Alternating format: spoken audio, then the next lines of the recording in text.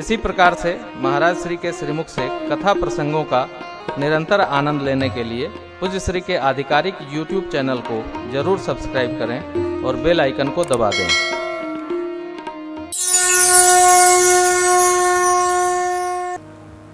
जीवन में एक चिंतन बाबू शेष राम जी करते चलना है। क्या?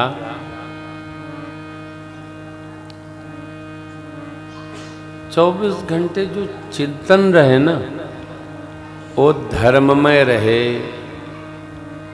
भगवदमय रहे, भगवान के भावमय रहे। आऊं माऊं का चिंतन नहीं करना चाहिए।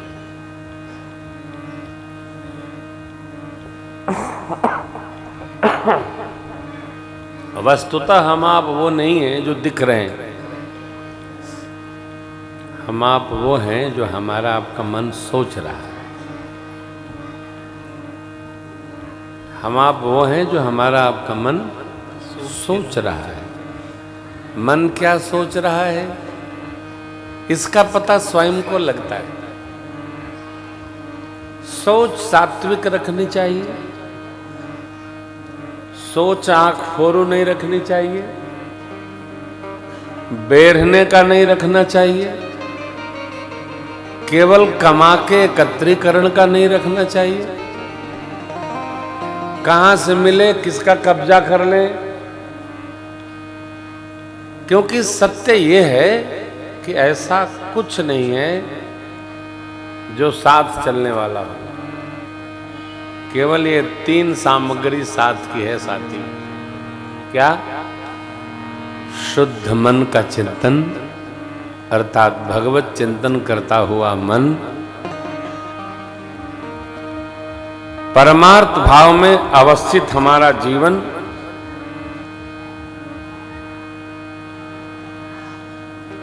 और हमारे हाथ से सपरिवार किए गए पुण्य कर्म, ये तीन हमारी अपनी संपदा है।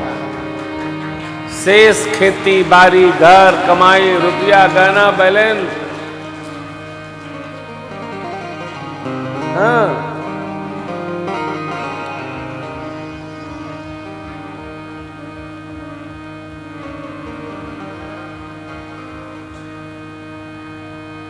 तो कोई गीत है उठ नहीं रहा।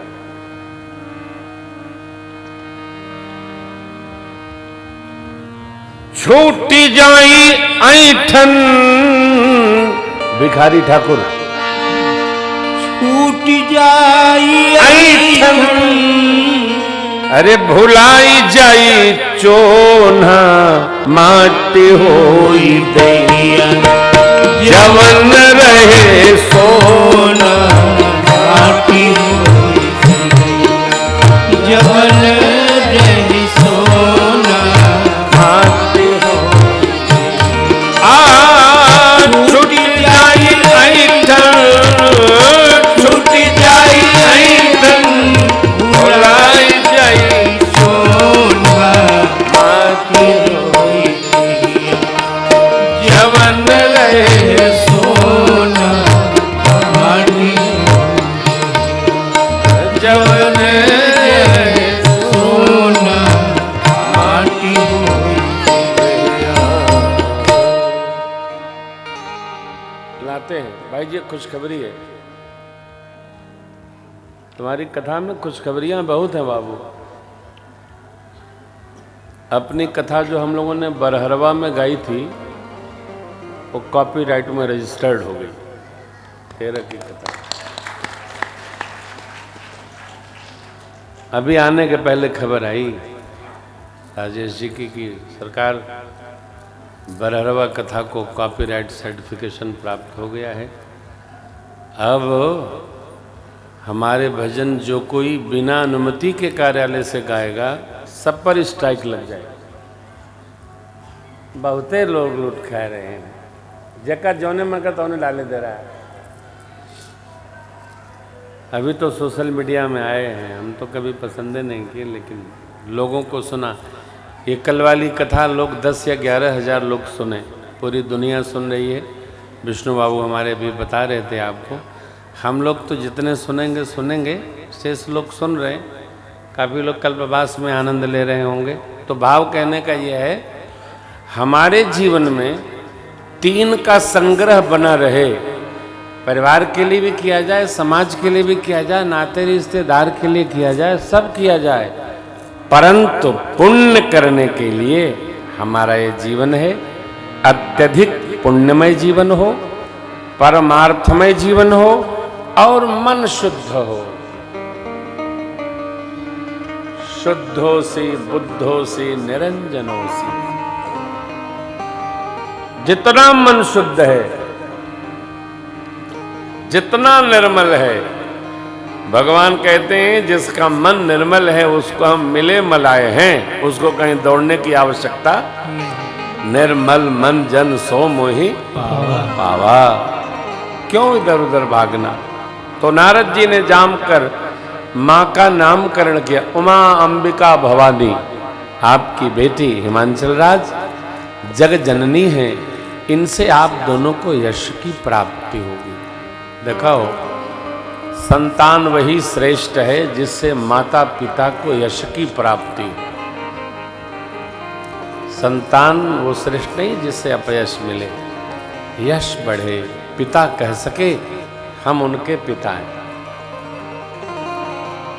ये पिता का गौरव है कि उनके संतान उनके लिए ऐसा जी सके, कह सके। अब पिता को ये स्वाभिमान रहे हम उनके पिता हैं। मेरे राम जी का चिंतन ऐसा ही था। हमारे बड़े भैया प्रातस्मरणीय पूज्य भरत जी लक्ष्मण भैया के पास जब जाया करते थे तो ये प्रसंगों सुनाते थे। अद्भुत महापुरुष थे, क्या कहना। बड़ा कठिन होता है वो, बहुत कठिन होता है। संतान वो है जिसके पिता प्रशंसा करके गौरवान अपने को गौरवान्वित करे, और सद्गुरु की धन्यता ये है कि उसका शिष्य उसकी कीर्ति पताका को फहराए और सद्गुरु की जो गरिमा है वो गौरवान्वित हो। सद्गुरु कह सके हम उनके गुरु हैं, वो हमारे शिष्य हैं ये नहीं, हम उनके गुरु हैं। पहले पहलवान लोग जब अखाड़ा लड़ते थे तो गुरु जी की गरुता खूब रहती थी, अरे हमने सिखाया है, हमार चेला है, ऐसा गुरु जी लोग बताता था। ये पाठ सिखाया, वो पाठ सिखाया, ये धुबिया पाठ सिखाया, या पछाड़ सिखाया। हाँ, तब वो वीरत्व का एक संवरण था। इसी प्रकार माता पिता को गौरव प्राप्त होगा। आदि आदि प्रशंसा करके इनका सिंदूर सदा अचल है, क्या कहें घर भर की तो अद्भुत रहेगा। परंतु एक दो अवगुण है। अवगुण क्या है? सुनहु जय भयव गुण दोई चारी, अगुण अमान मातो पितहीना, उदासीन सब संशय, जोगी जटिल यकाम मन लगन यमंगल रे, अस स्वामी यही कह मिली।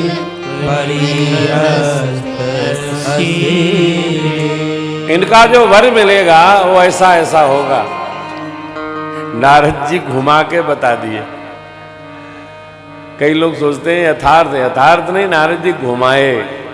सहजावस्था को नारद जी श्लेष अलंकार में बता गए। अगुण अमान मात पितहीना, माता पिता उसके हो जो जन्म ले और मरे, ये दुल्हा तो अचल ही बात है।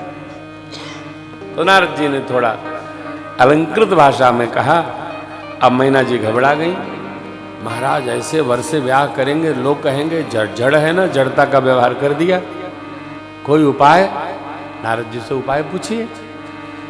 तो नारद जी ने कहा, देखो यद्यपि वर अनेक जगमाही, वर तो अनेक हैं, परंतु एहिका शिवत जी दूसर नहीं। आपकी बेटी को शिव जी को छोड़कर दूसरा वर नहीं है। क्यों? अरे शिव जी सामर्थ्यवान है, शिव जी मिल गए फिर क्या बचा? अद्भुत। शंभु सहज समर्थ भगवाना, यही विवाह सब प्रकार मंगल होगा। ऐसा नारद जी महाराज ने मैना हिमांचल जी से कहा, आपकी बिटिया तप करे या ऐसा प्रयत्न करो।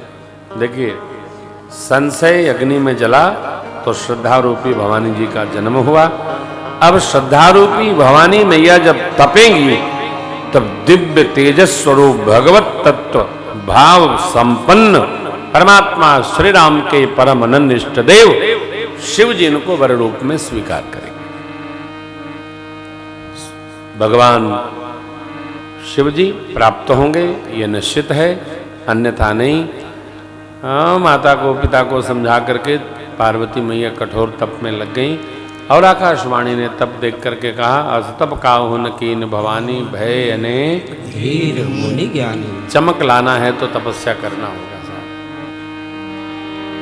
बिना तप के कुछ संभव नहीं। ऐसे कुछ हालिया नहीं होता। अच्छा, जैसे तैसे दिव्यत्व तो नहीं आता। जीवन में संघर्ष और तपस्या ये अभिन्न अंग है श्रेष्ठत्व की प्राप्ति के, इसलिए करना चाहिए, करना ही चाहिए, और कुछ करे चाहे ना करे।